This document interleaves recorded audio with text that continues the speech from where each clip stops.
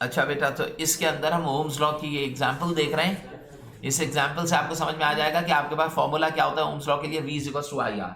V is the voltage, I current है और R क्या है, रेजिस्टेंस है। रीडिंग ऑन द एक वोल्ट मीटर के ऊपर रीडिंग आ रही है connected across the heating element, यानी कि ये हीटिंग एलिमेंट कोई रजिस्टर है या कोई इलेक्ट्रिकल डिवाइस है। उससे जब मैंने बैटरी को कनेक्ट किया है तो उस हीटिंग एलिमेंट के अक्रॉस जो ड्रॉप ऑफ पोटेंशियल आ रहा है वो कितना आ रहा है, 60 वोल्ट। यानी कि हीटिंग एलिमेंट से पहले एनर्जी और हीटिंग एलिमेंट के बाद की एनर्जी में जो फर्क आ रहा है वो कितने हैं, 60 है। The amount of current passing through the element, जो अमाउंट उसमें से पास हो रहा है करंट का वो कितना हो रहा है, 2 एम्पियर। इसका मतलब क्या हो गया कि आपको वोल्टेज दे दिया गया है और I करंट दे दिया गया है। Now you are needed to find the resistance R। तो R की वैल्यू क्या होती है, V upon I। V is equal to IR होता है। तो अगर R लूंगा तो V अपॉन I, 60 को 2 से डिवाइड कर दिया तो 30 ohms. Ohms is the unit of resistance. तो आप कहेंगे कि उस हीटर की जो रेजिस्टेंस थी वो 30 ओम्स। इसके बाद कल हमने ये देखा था V और I जो, हाँ कहिए, ampere. Ampere is the unit of current. अच्छा, V और I की कैरेक्टरिस्टिक जो है, जो हम देखते हैं ग्राफ की, वो दो तरह के कंडक्टर्स में देखते हैं। एक ओहमिक होता है, एक नॉन ओहमिक होता है। Non ohmic conductor, ohmic conductor क्या होता है, जो ओम्स लॉ को फॉलो करे। मटेरियल, ऐसे मटेरियल को हम ओहमिक कहते हैं that obeys Ohm's law and hence have the constant, और उसकी रेजिस्टेंस ओम्स लॉ को वही फॉलो कर रहा होगा जिसकी रेजिस्टेंस क्या हो, कांस्टेंट हो या अनचेंज्ड हो रेजिस्टेंस। अनचेंज होने का मतलब क्या है कि उसके ना तो टेम्परेचर कम और ज्यादा हो और ना ही डायमेंशंस हिले। ठीक है। Wide range of voltage set to be an ohmic material having the resistance changes voltage. इसके अंदर जो मटेरियल आता है वो कौन सा होता है, आपको कल बताया था मैंने, कॉपर वायर होता है। ये जो कॉपर वायर होता है ये ओमिक कंडक्टर है, यानी कि इसकी वेरिएशन इसमें नहीं आती।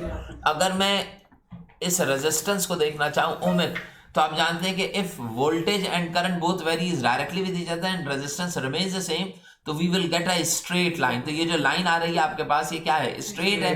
तो इसका मतलब क्या है कि मैं इसको ओमिक कंडक्टर, या ये मैं कह सकता हूं कि ये कॉपर वायर जो है उसका ग्राफ करंट और वोल्टेज के दरमियान बनाया जाएगा, तो वो ऐसा आएगा। अब इसके अंदर देखिए करंट, एक सेकंड बेटा, करंट जो है that is moving away from, ये जो ग्राफ है ये करंट से दूर हट रहा है। करंट से दूर हटने का मतलब क्या है कि करंट I जो है वो यहाँ पे क्या हो रहा है, रिड्यूस हो रहा है। दूर हट जाने का मतलब क्या, नेगेटिव नहीं है, कम हो रहा है। दूर हट जाने का मतलब क्या है कि करंट ग्रेजुअली क्या होता जा रहा है, कम। जब ग्रेजुअली कम हो रहा है तो रेजिस्टेंस ग्रेजुअली क्या होती जा रही है, बढ़ती जा रही है। तो अब आप ये जानते हैं कि रेजिस्टेंस इंक्रीज कब होगी, ये बल्ब फिलामेंट का ग्राफ है, जैसे जैसे टेम्परेचर बढ़ता जाएगा रेजिस्टेंस भी क्या होती जाएगी, इंक्रीज। और जो करंट है I वो ग्रेजुअली क्या होता जाएगा, डिक्रीज हो जाएगा। तो इसका ग्राफ जो बनेगा वो कैसे बनेगा, ऊपर की तरफ बनेगा।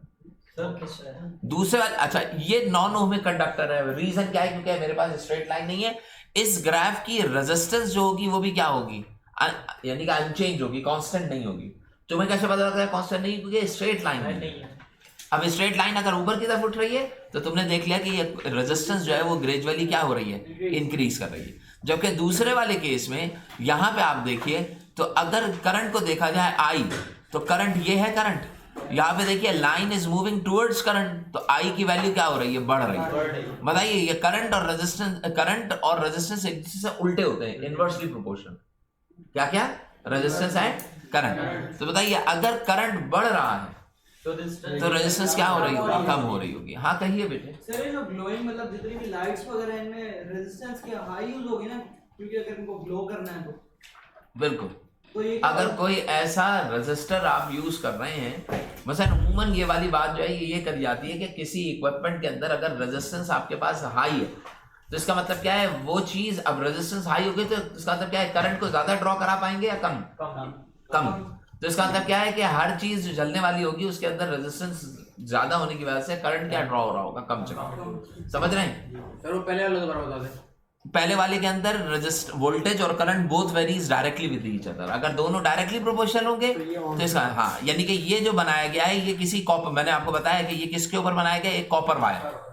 क्योंकि कॉपर वायर एक ऐसा वायर होता है जिसके वोल्टेज, जिसका टेम्परेचर जो होता है वो क्या रहता है, कांस्टेंट। हर ऐसा मटेरियल जिसकी कंडक्टेंस ज्यादा होगी, जिसकी कंडक्टिविटी ज्यादा होगी, उसका ग्राफ हमेशा ओम्स लॉ को क्या कर रहा होगा, फॉलो कर रहा होगा। जबकि ये वाला जो है ये बल्ब फिलामेंट को फॉलो कर रहा है। बल्ब फिलामेंट का मतलब क्या हो गया, कि बल्ब में से जैसे जैसे करंट गुजारते जाते हैं, वोल्टेज बढ़ाते हैं, तो तुम देखते हो बल्ब जो होता है वो ग्लो करना शुरू करता है, उसका हीट क्या होती जाती है, बढ़ती चली जाती है। अगर हीट ग्रेजुअली इंक्रीज हो रही है तो इसका मतलब क्या होगा कि अगर हीट ग्रेजुअली इंक्रीज हो रही है तो इसका मतलब क्या होगा, रेजिस्टेंस भी क्या होती जाएगी, बढ़ती चली जाएगी। जबकि ये जो तीसरा वाला है ये थर्मिस्टर से रिलेटेड है। थर्मिस्टर बस इतना समझ लीजिए, ये मैं कल पढ़ा चुका हूं, इसमें बस इतना समझ लीजिए कि ये एक ऐसा मटेरियल होता है जो कि रेजिस्टेंस के रिलेटिवली बल्ब फिलामेंट के बिल्कुल उल्टा बिहेव करता है। बल्ब फिलामेंट में हीट देते हैं तो रेजिस्टेंस क्या होती है, बढ़ जाती है। थर्मिस्टर में जब आप हीट देंगे तो रेजिस्टेंस कम हो जाएगी और कंडक्टेंस क्या हो जाएगी, बढ़ जाएगी। तो यहाँ पे देखें, जब मैं टेम्परेचर को बढ़ाऊंगा थर्मिस्टर में तो कंडक्टेंस यानी कि करंट जो होगा वो क्या हो जाएगा, बढ़ जाएगा। जब करंट बढ़ेगा तो रेजिस्टेंस क्या हो जाएगी, कम। यानी कि टेम्परेचर बढ़ाने से रेजिस्टेंस क्या हो जाती है, थर्मिस्टर में कम हो जाती है। पहला जो है वो ओम्स लॉ को फॉलो करता है, पहला ओम्स लॉ को, ये बाकी दोनों ओम्स लॉ को फॉलो नहीं करेंगे, यानी कि नॉन ओमिक कंडक्टर्स कहलाएंगे दोनों। एक में टेम्परेचर बढ़ाने से रेजिस्टेंस बढ़ेगी और एक में टेम्परेचर बढ़ाने से रेजिस्टेंस कम हो जाएगी। सी वाला क्यों नहीं है सर, ओम लॉ उसमें तो हो रही है रेजिस्टेंस। सी कहाँ है, ये लास्ट वाला सर, इसमें आपको मूव डाउनवर्ड्स होता है, स्ट्रेट लाइन नहीं है, टेंपरेचर चेंज हो रहा है, स्ट्रेट लाइन तो नहीं आई ना, नहीं ना, तो रेजिस्टेंस वैरी कर गया। अब वो इंक्रीज हो रहा है डिक्रीज वो अलग कहानी, लेकिन ये चीज समझ में आ गई, टेम्परेचर बढ़ने से रेजिस्टेंस में इफेक्ट आ रहा है। तो रेजिस्टेंस जब कांस्टेंट नहीं हुआ तो ओम्स लॉ को फॉलो नहीं करेंगे। फैक्टर्स इफेक्टिंग ऑन रेजिस्टेंस, ये आपने, ये हम जो है देखो ये दिए हुए हैं। नंबर 1 जो है वो फिक्स्ड रेजिस्टेंस का है। फिक्स्ड रेजिस्टेंस का मतलब क्या है, कांस्टेंट रेजिस्टेंस, रेजिस्टेंस अनचेंज्ड है। जो पहला वाला ग्राफ है ये फिक्स्ड रेजिस्टेंस का। रेजिस्टेंस अनचेंज्ड होने का मतलब क्या हुआ कि कांस्टेंट होने का मतलब ये हो गया कि कॉपर वायर लिया जा रहा है। दूसरा वाला बल्ब फिलामेंट है, ठीक है, यानी कि फिलामेंट ऑफ लैम्प। और तीसरा क्या है, थर्मिस्टर। अभी मैंने थर्मिस्टर आपको बताया। अच्छा, अब यहाँ पे देखें कि ये प्रोपोर्शनैलिटी के साइन है कि resistance of a conductor varies directly with length, resistance of conductor varies directly inversely with area, ठीक है। इन दोनों को मर्ज करते थे तो रो की वैल्यू आ जाती थी, याद कीजिए। ये प्रोपोर्शनैलिटी का साइन है, ये रूट नहीं है, चूंकि बुक को कन्वर्ट किया गया ना तो इस वजह से और सर ये क्या ऊपर, ये प्रोपोर्शनैलिटी का साइन। फिर ये रो आ जाता है, ये मैंने आपको बता चुका हूँ। ये रेजिस्टिविटी जो आपको पढ़ाया था ये वो चीज है कि रेजिस्टिविटी जो होगी वो R is equal to rho L over A होगा, और रो जो है वो क्या है, रेजिस्टिविटी। अब यहाँ पे अगर आप देखें तो आपके पास फिर रेजिस्टिविटी कहलाएगी। अब ये मुझे बताइए रेजिस्टिविटी कैसे कैलकुलेट करेंगे। If we put L, length कितना हो, 1 मीटर हो, cross sectional area 1 square metre हो, तो जो रेजिस्टेंस होगी वो इसकी किसके बराबर होगी, रेजिस्टिविटी। तो ये हम इससे पहले देख चुके हैं। Given that the length of the wire is 1 metre, आपको क्या बताया जा रहा है, वायर की लेंथ कितनी है, 1 मीटर, और इसके डायमीटर कितना है, 2 मीटर। एक वायर है जिसकी लेंथ 1 मीटर है और डायमीटर कितने मीटर दिया गया, 2 मिलीमीटर। तो मिलीमीटर को मीटर में कन्वर्ट करेंगे 2 × 10⁻³ मीटर आ जाएगा। अब उसका आपने क्या निकालना है, सबसे पहले इसके डायमीटर से मैं क्रॉस सेक्शनल एरिया निकालूंगा। Cross sectional area of a circle की तरह का होता है, जिसका फॉर्मूला क्या होता है, पाई आर स्क्वायर। तो तुम्हें इसका क्या चीज पता है, डायमीटर पता है ना। तो डायमीटर कितना दिया गया है, ये दिया गया है। इस डायमीटर को जब तुम 2 से डिवाइड करोगे तो क्या आ जाएगा, रेडियस। क्या आ जाएगा, रेडियस। तो आपने इसको 2 से डिवाइड किया तो ये 2 से 2 कैंसिल हो गया, तो ये आ गया 1 × 10⁻³ मीटर्स। ये आपके पास क्या आ गया, इसका रेडियस आ गया, ये वाली चीज। इस रेडियस को मैं यहां पे प्लेस करूंगा। जब मैं यहां प्लेस करके सॉल्व करूंगा तो मेरे पास क्या आ जाएगा, एरिया आ जाएगा। समझ रहे हैं कितना आ जाएगा, 3.14 × 10⁻⁶ स्क्वायर मीटर्स। ये आपके पास क्या चीज आ गई, 6 सामने से आ गया, मल्टीप्लाई किया ना इसको, आर की जगह ये रखा, आर का स्क्वायर करोगे तो 10⁻³ का स्क्वायर -6 हो जाएगा, और पाई से जब तुम इसे मल्टीप्लाई करो 3.14, तो यही चीज आ जाएगी। 3 का स्क्वायर 9 तो 9 होता है ना, ये 3 का 10⁻³ का जब आप स्क्वायर कीजिएगा तो पावर पे पावर क्या हो जाएंगी, मल्टीप्लाई होती है ना, 3 to the 6 तो 3 to the 6 -6 आ जाएगा। तो अब बताओ एरिया आ गया। जी सर। अब आपको रेजिस्टेंस बतानी है तो क्या फॉर्मूला है, रो एल ओवर ए। रो की वैल्यू, रेजिस्टिविटी आपको दी हुई थी, रो की वैल्यू 1.69, ऊपर क्वेश्चन में दी हुई है रेजिस्टिविटी। ये जो क्वेश्चन आपको दिया है ना, इस क्वेश्चन में रेजिस्टिविटी भी मेंशन है। तो इस क्वेश्चन के अंदर रेजिस्टिविटी ऑफ अ वायर कितनी दी गई है, कॉपर वायर है तो कॉपर वायर की रेजिस्टिविटी आपने देख के लिख ली 1.69 × 10⁻⁻⁸। अब तमाम वैल्यूज को अपनी जगह रख के सॉल्व किया तो आंसर रेजिस्टेंस आ गया 0.54 × 10⁻² ओम। तो ये आपने क्या चीज निकाल ली, रेजिस्टेंस ऑफ अ कंडक्टर। समझ रहे हैं भाई, ये आंसर आ गया। देखिए रो की जगह रो की वैल्यू रखी, सही, मल्टीप्लाई बाय एल की जगह लेंथ 1 मीटर है वो रखा, और ए की जगह ए की वैल्यू रखी। जब सबको डिवाइड कर दिया तो ये आपके पास आंसर आ गया ओम से, क्योंकि आप रेजिस्टेंस आर निकाल रहे हैं। तो आपको पहले ही बताया था R is equal to rho L over A होता है, जो कि रेजिस्टेंस ऑफ अ कंडक्टर, जो मैंने बताया था काटने पे आधी आधी हो जाती है, लेकिन resistivity remains the same, that is same as that of the density of its resistance या रेजिस्टेंस डेंसिटी। इसके बाद ये बात कर रहा है कंडक्टर्स की। तो कंडक्टर और इंसुलेटर के दरमियान डिफरेंस आप जानते हैं क्या होता है, एक में कंडक्शन हो जाती है और एक में नहीं होती।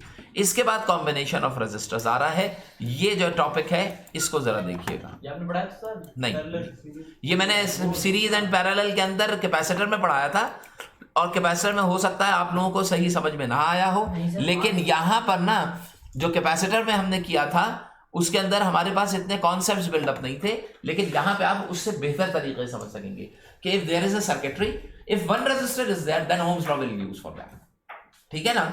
लेकिन अगर एक सर्किट के अंदर एक रेजिस्टेंस नहीं बल्कि आपके पास क्या क्या मौजूद हो, एक सर्किट है और उस सर्किट के अंदर आपके पास क्या क्या मौजूद हो। देखिए भाई, मैं कौन सा सीरीज कॉम्बिनेशन रेजिस्टेंसेस की देख रहा हूं। ये जो डेरिवेशन है ये एग्जाम में आती है, समझ रहे हैं। जैसे कि अभी उस सर्किट के अंदर कैपेसिटर की डेरिवेशन एग्जाम में आती थी, इसको लिखिएगा, तो ये डेरिवेशन जो है वो भी एग्जाम में आएगी। अब जरा देखें, सीरीज का मतलब क्या हो गया, head on combination. It means कि we are connecting two resistances head on. आप 3 भी लगा सकते हैं, मैंने कितने अप्लाई कर दिए, 2 रेजिस्टेंस। यहां पे आप क्या करते हैं, एक स्विच बना दीजिए ऐसे करके, ठीक है। ये स्विच है, स्विच आपने क्लोज किया हुआ। ये वोल्टेज है, टोटल वोल्टेज V से रिप्रेजेंट कर रहा हूं, ठीक है। इसमें से जो करंट फ्लो कर रहा है I, वो इस डायरेक्शन में फ्लो कर रहा है, ये करंट है I।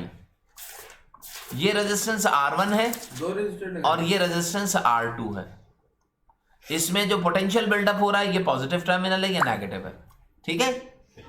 अभी बताइए 2 रेजिस्टेंसेस हैं, इसमें कौन कौन सी चीजें होंगी, एक टोटल वोल्टेज, टोटल करंट और टोटल रेजिस्टर होगा। एक तो ये क्वांटिटीज होंगी, पूरे सर्किट की रेजिस्टेंस, पूरे सर्किट का वोल्टेज और पूरे सर्किट का करंट, एक ये। दूसरी क्या क्वांटिटीज होंगी, एक क्वांटिटी होगी, अगर ये रेजिस्टेंस R1 है तो V1 क्या कहलाएगा, वोल्टेज अक्रॉस फर्स्ट रेजिस्टर, यानी कि यहां पे voltage drop at second resistor V2 होगा।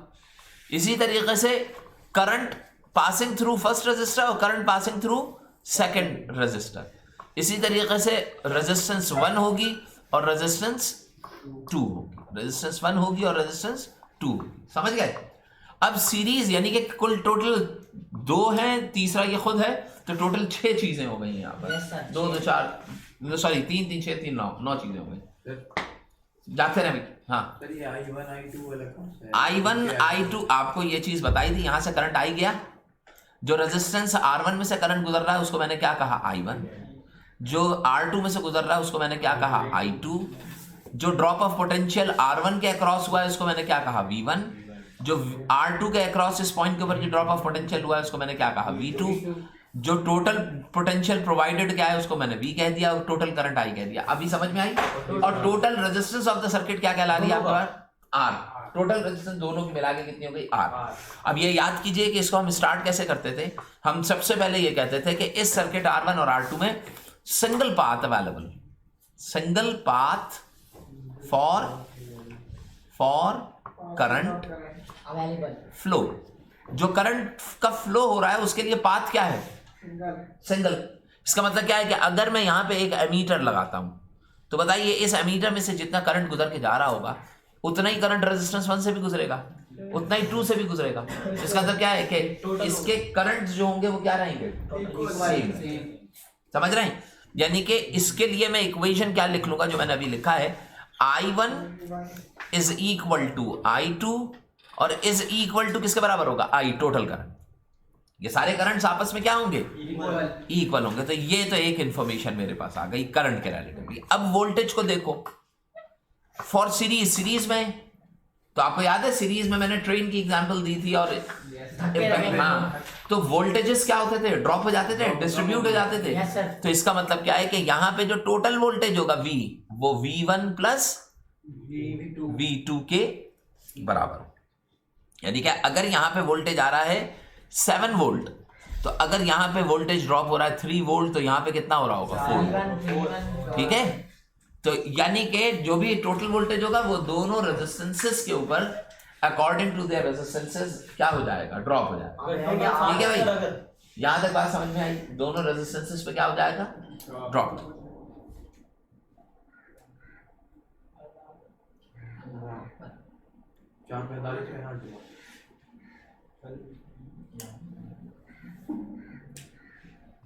चलिए नाम देते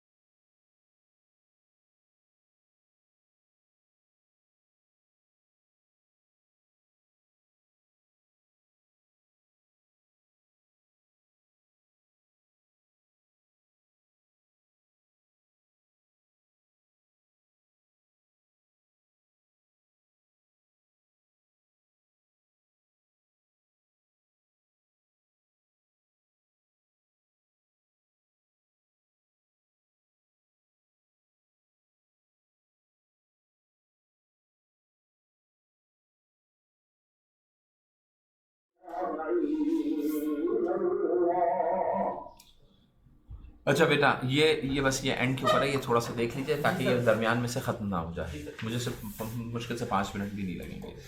तो वोल्टेजेस हो गए डायरेक्टली प्रोपोर्शनल, यहाँ पे आपने ये लिख लिया। ठीक है, जब आपने ये सेकंड चीज़ देखी कि पोटेंशियल डिस्ट्रीब्यूटिंग, इसका मतलब क्या है कि वोल्टेज जो होगा वो डिस्ट्रीब्यूट करेगा, वोल्टेज डिस्ट्रीब्यूट होगा ओवर, किसके ऊपर डिस्ट्रीब्यूट हो रहा होगा, ओवर सीरीज सर्किट। जब सीरीज सर्किट है तो सीरीज के ऊपर वोल्टेज हमेशा डिस्ट्रीब्यूट होगा। डिस्ट्रीब्यूट होने का मतलब क्या है कि दोनों को अलग अलग लिखा जाएगा।